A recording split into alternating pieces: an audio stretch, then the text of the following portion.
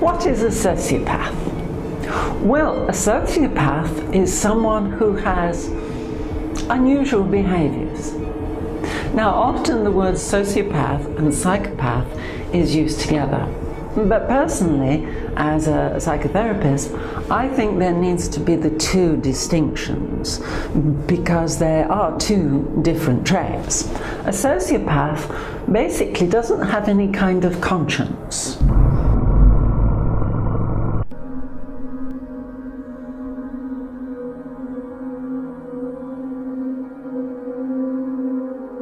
When you grow up, you tend to get told that the world is the way it is, and your life is just to live your life inside the world, try not to bash into the walls too much, try to have a nice family life, have fun, save a little money.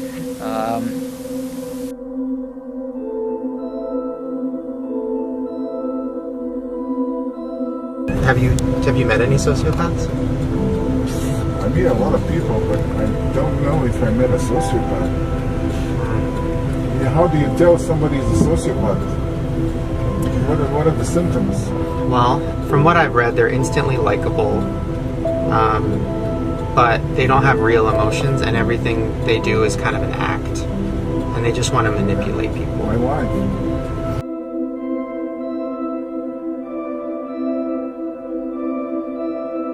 And some of you in your life, the reason why you're not at your goal right now, because you just all about your feelings.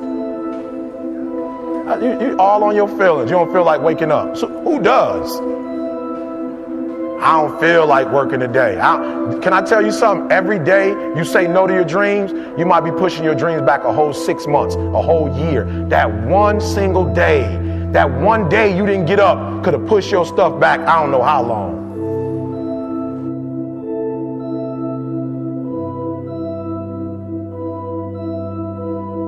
Our fucking country, the way it's set up, awards sociopaths. You're not gonna make it in this country if you have morals, guys, because morals is for weak people. The human mind, if you can put it in a very quiet, calm place and get it to calm down and not be so spastic, that you could possibly make this work out for you. How bad are you really?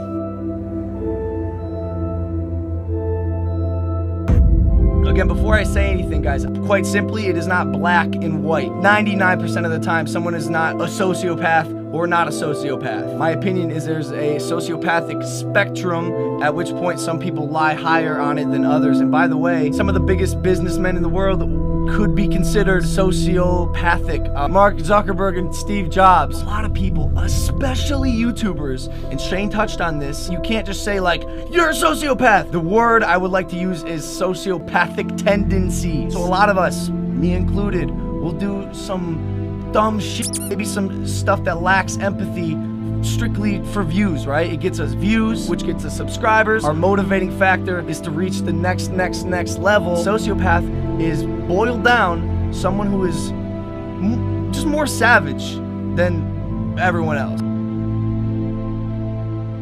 Anyone working on a big vision is going to get called crazy, even if you end up right.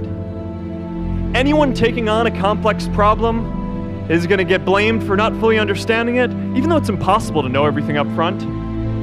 Anyone taking initiative will always get criticized for moving too fast, because there's always someone who wants to slow you down.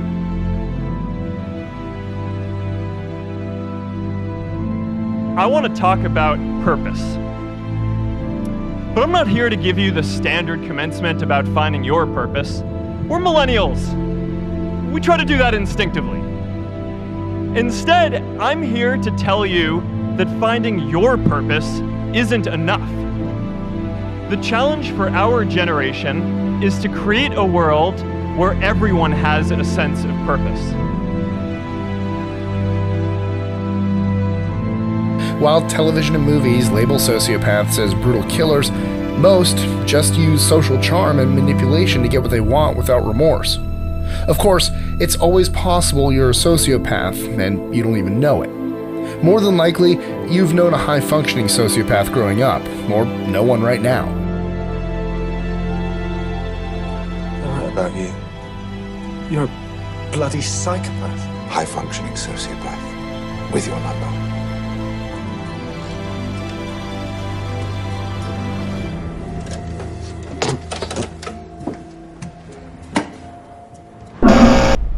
Sociopaths believe that like the law doesn't apply to them and like the rules don't apply to them. They're like above it and they're so important to everybody else that like they'll get away with it, like nobody will care.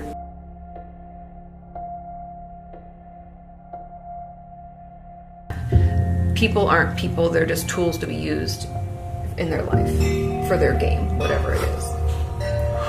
Okay. So like to a sociopath, the world is a chess game. Yes. And all the pieces are people. And they don't care about them. There's no empathy for them. Remember that. They're just tools. Can I use that to help me get what I want?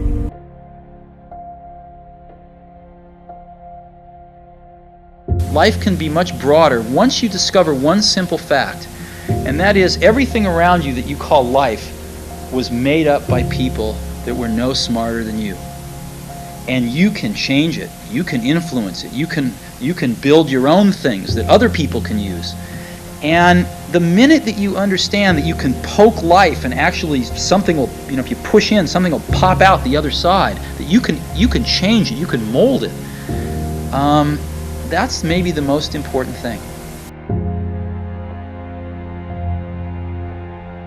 And the others are what most people call sociopaths, psychopaths, what are now called antisocial personalities. They get into therapy and they learn from the therapist how to behave in a way that looks better. They learn the symbol systems, they learn how to mimic empathy, they learn how to do the things that make them look better, and then they take that and use it to victimize the next wave of people they come into.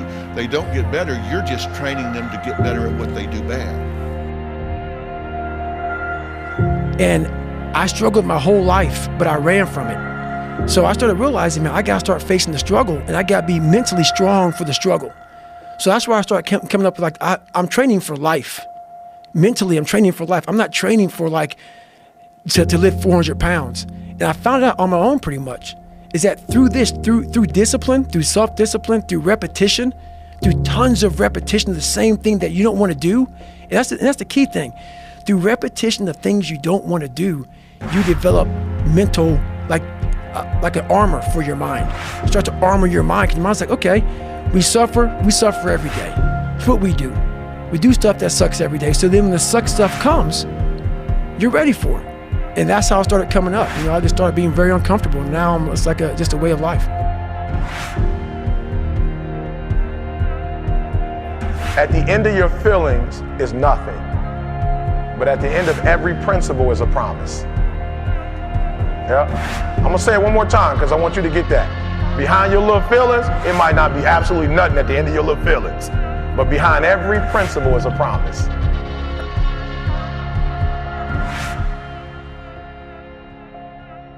What are the characteristics, I guess? Yeah, I mean, there's a lot to it. A lot of it is just the main thing that people talk about is like they have no empathy. And I think that's a hard thing for people to actually fully understand because most of us don't have this issue. So we feel for other people. Yeah. And we feel all day. I feel pissed off. I feel excited. I feel disappointed, whatever. They don't have any of that. The guy can fucking do it, so why shouldn't he? He's a sociopath. That's how the game's played here. That's how this is how capitalism in America is played, right? This is how they want it.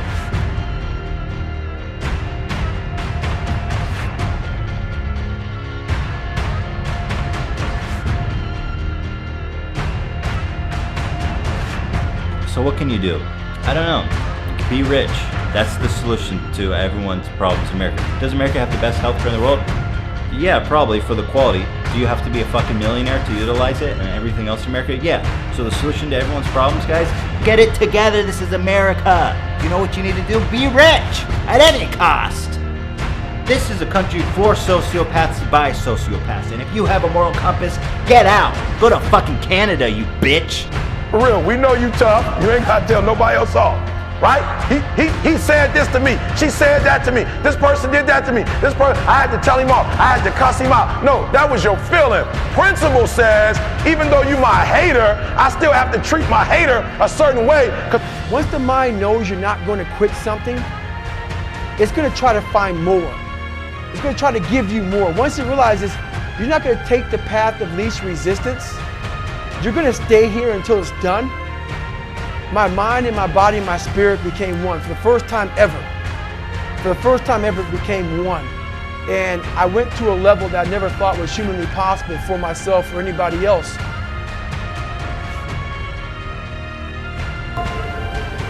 From what I've read about sociopaths, it's somebody who doesn't have a sense of morality.